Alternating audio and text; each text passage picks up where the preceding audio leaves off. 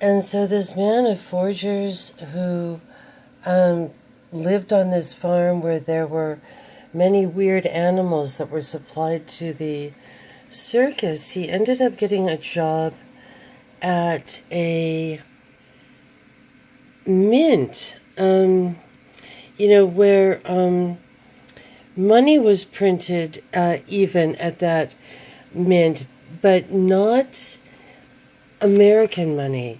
It was like a place where a lot of things were printed, and there were some smaller countries that used the printing presses there for their money, but the U.S. didn't.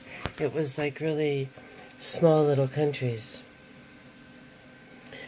Wow, look at all these bizarre secret society symbols here. They really go on and on. And, here, yeah, we had left off at the Rotary Club. So he worked really kind of at a lowly job at this place. He was mainly like a sweeper there, and he said he was like a sweeper there for a long time. He was pretty young, but I think he felt dissed, and they ended up getting portable presses there at some point. They'd always used, these giant presses, but somehow they had these portable presses, and one night he actually just grabbed one. He stole it when he was cleaning. No one was around. This was in the extreme early 60s, probably like 1960, maybe 59, and he just took it and he threw it in his trunk, and he drove across America just printing money for whatever he needed, and he was totally on his own. And he was going along just fine until, weirdly, he got in a really bad accident in Utah or thereabouts, where he rolled his car all the way down a hill. And when he came to, he was in a hospital room. Now that's weird. Now there's the little, that looks like almost like Unity. Unity would be a little bit more toned down than that and a little more deco, but that is exactly, wow, intense. So these lodges are just intense.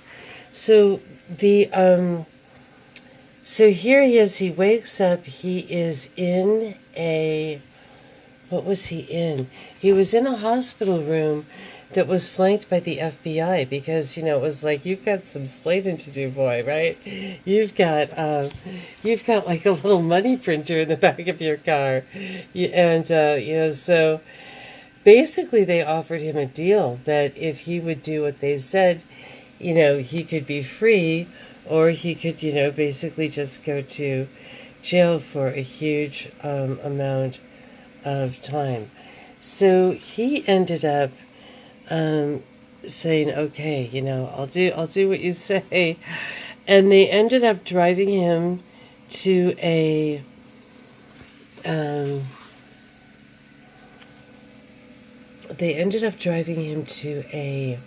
giant compound, a Mormon compound, and a Mormon wife, and he drove a bright red sports car down to Houston, and they went to some, where did they go? He was given an Hawaiian shirt and told to go to the Egyptian room at the Copacabana, and that the next thing that happened was he was on his way to Cuba, which had, recently come under Castro, and in the back of an old casino there, I believe the finest casino, running a forgery operation was a guy named Abe from the U.S., and So, or Abe actually needed forgers. I think that Abe was gathering together people for some sort of project on a need-to-know basis.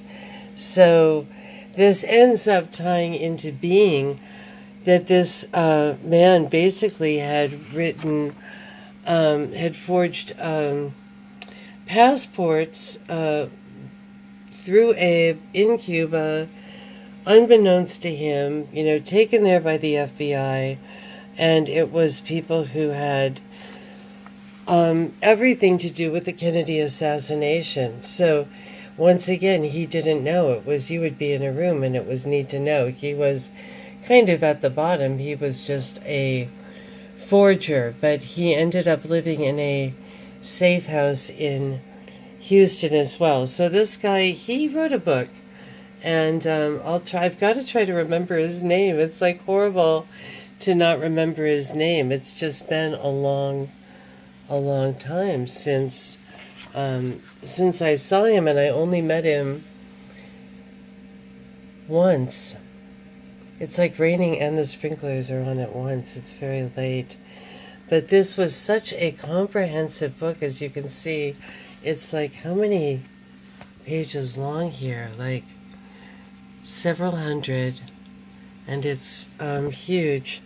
So if there's any way anyone can purchase it or even just get it from the library, it's like amazing how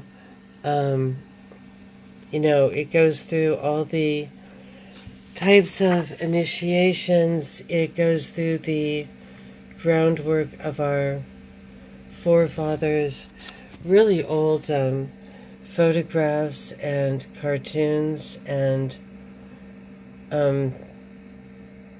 just really incredible. And so, so Adam was quite the scholar. I mean, he really was quite the collector and amazing publisher. And I just feel very, sad that we have lost a wonderful soul on this planet of ours. And I wish you all a very good night. Oh my God, what is this? These are all these drinking goat's blood. Oh my God, that's terrible. Yikes, there's just all this weird stuff. How did people get like this? Oh my God. So, this book, he came down to Olympia and said, I would like to meet you. And we went out to dinner at a fabulous restaurant, and he gave me this book and several others as well that were just amazing. And I gave him one too that's not very good, a book of short stories I wrote a long time ago, but I might end up reading one or two sometime along the way, because some are true, and I do have some friends who would, oh my God, this is just so intense. Wow, is that Albert Pike himself? Shall we end here? Shall we end at Albert Pike, Chapter 3? And everyone have a great night. Take great care.